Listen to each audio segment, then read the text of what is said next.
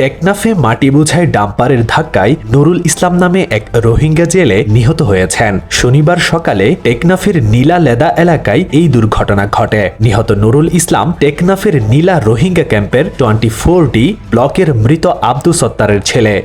হাটহাজারীতে সড়ক দুর্ঘটনায় মোহাম্মদ ফয়সাল মুন্তাসির নামের এক বাইক আরোহী নিহত হয়েছেন এবং বাইক আরোহী তুষার আব্দুল্লাহ নামের আরও একজন গুরুতর আহত হয়েছেন।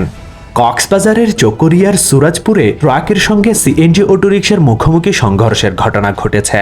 এ সময় ঘটনাস্থলেই প্রাণ হারিয়েছেন 2 যাত্রী। এতে আরও একাধিক যাত্রী আহত হয়েছেন। মানিকপুর ইউনিয়নের সুরাজপুরে ব্রিজের কাছে এই দুর্ঘটনা ঘটে। চট্টগ্রামের কর্ণফুলী উপজেলার জুলুথায় মধ্যরাতে ঝটিকা মিছিল করেছে সদ্য নিষিদ্ধ হওয়া আওয়ামী লীগের ভ্রাতৃপ্রতিম সংগঠন বাংলাদেশ ছাত্রলীগ। বিএনপির জাতীয় স্থায়ী কমিটির সদস্য সালাউদ্দিন আহমেদ বিএনপির 31 দফা সংস্কারের কর্মসূচিকে রাজনীতির মহাকাব্য অভিহিত করে বলেছেন, এই কর্মসূচি দেশের শিক্ষা, স্বাস্থ্য ও কর্মসংস্থানের মতো মৌলিক অধিকার নিশ্চিত করার পথরেখা তুলে ধরবে।